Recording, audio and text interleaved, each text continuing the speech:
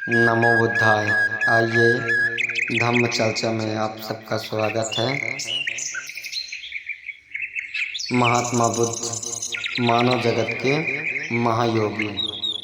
महात्मा बुद्ध मानव जगत के महायोगी थे। योग साधना तो हजारों वर्षों से चली आ रही है, बौद्धों की परंपरा है। ध्यान और योग तो वैदिक काल से भी पहले के संत श्रमण यतियों मुनियों द्वारा प्रणीत पद्धतियां हैं।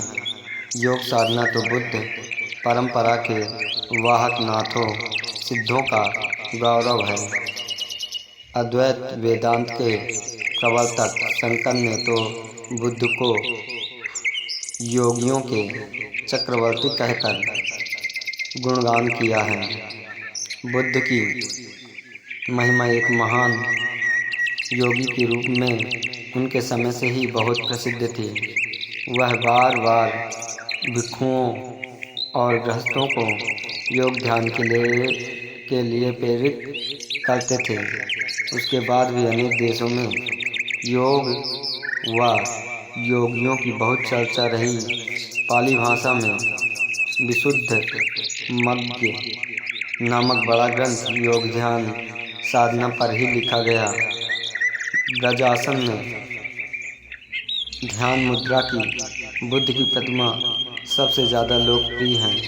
सिद्धार्थ गौतम तो 7 वर्ष की उम्र में ही खेत में जामुन के पेड़ के नीचे पहली बार ध्यान में लीन हो गए थे। संसार में दुख का कारण और उसके निवारण का मार्ग खोजने के लिए जब घर छोड़ा कौशल में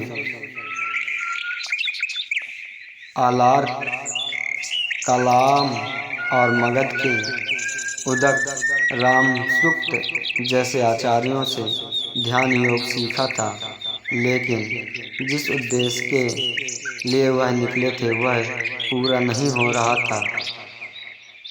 उनसे सिद्धियां व चमत्कार सिखा ध्यान की कुछ अवस्थाएं भी सीख ली थीं, लेकिन वे मानव कल्याण के लिए उपयोगी नहीं थीं।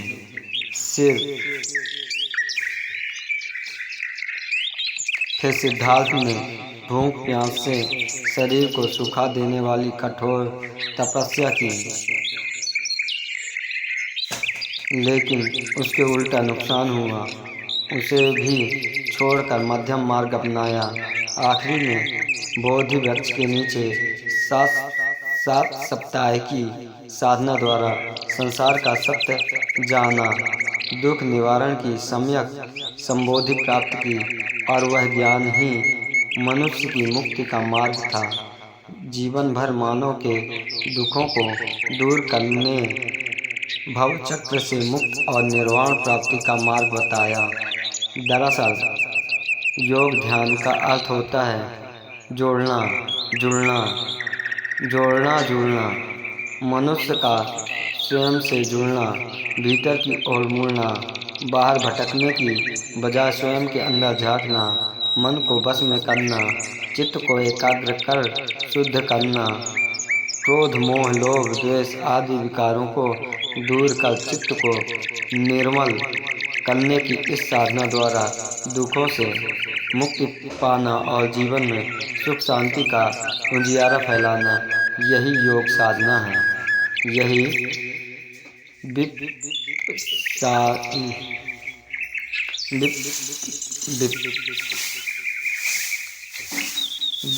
विपश्यना ध्यान साधना समाधि है। यही सच्ची योग है। और ऐसे मार्ग के राही ही श्रवण योगी साधक कहलाते हैं। यही गोरख कबीर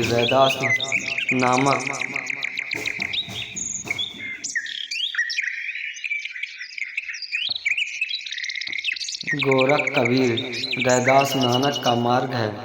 तथागत ने योग ध्यान पर बहुत महत्व दिया है। वह कहते हैं योगों वे जयति भूरि अयोगा भूरि सड़क खो एतम द्विधा पथम इत्वा भवत विभाय च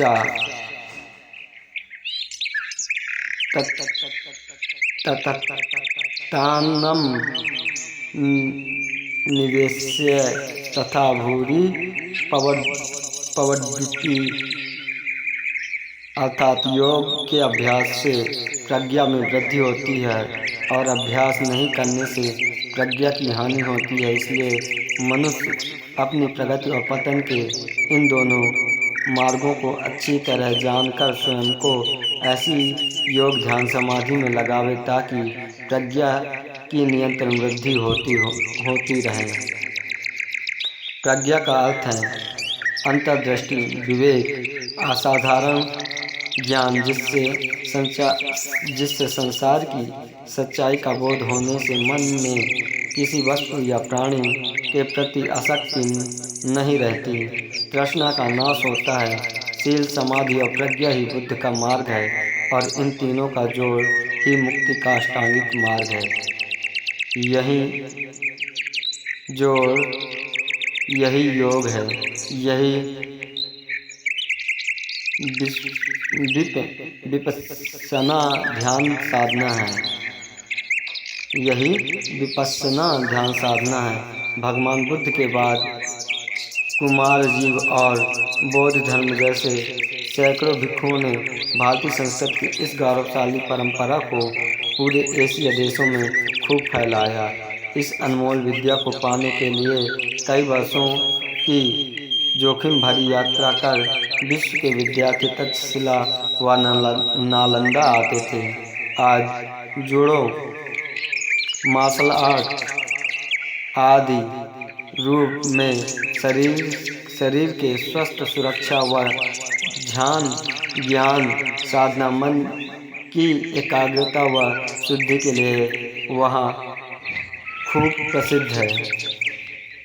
भारत में भी अलग अलग मान्यताओं के लोगों ने बुद्ध से पहले की व बुद्ध की खोजी योग साधना को अपनाया, लेकिन उसमें कोई काल्पनिक शक्ति, मंत्र, प्रार्थना, संप्रदाय आदि को ठूंस कर खुद पर ठप्पा लगा दिया। उपनिषदों में भी अष्टांग योग का विवरण है, जिसमें यम, नियम, आसन, प्राणायाम, प्रत्याहार, धारणा, ध्यान और समाधि सम्मिलित है।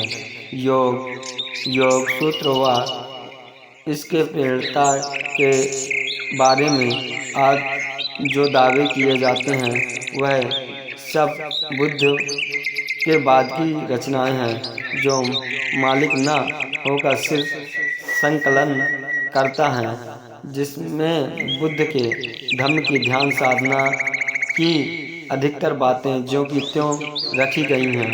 खास बात यह है कि वहाँ भी योग ध्यान का उद्देश्य चित्त की निर्मलता ही है, लेकिन आजकल के कमाई के योग में मन की शुद्धि, चित्त की निर्मलता पर जोर नहीं दिया जाता, बल्कि शरीर की कसरत द्वारा शरीर को मोड़ने, मरोड़ने, पेट पिचकाने और सांसों को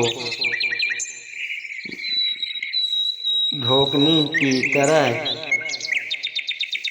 चलाने को ही योग मान लिया जाता है।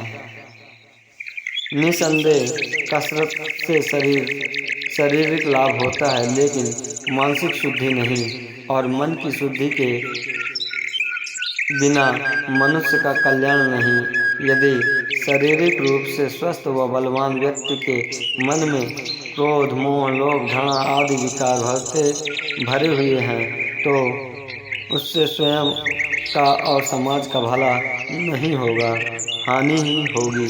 लेकिन संतों, मुनियों, बुद्धों की योग साधना का मकसद संपूर्ण मानव जगत को दुखों से मुक्त कराना और सुख शांति के उजियारे से जगत को रोशन करना है। ऐसे योग के जनक भगवान बुद्ध को वंदन।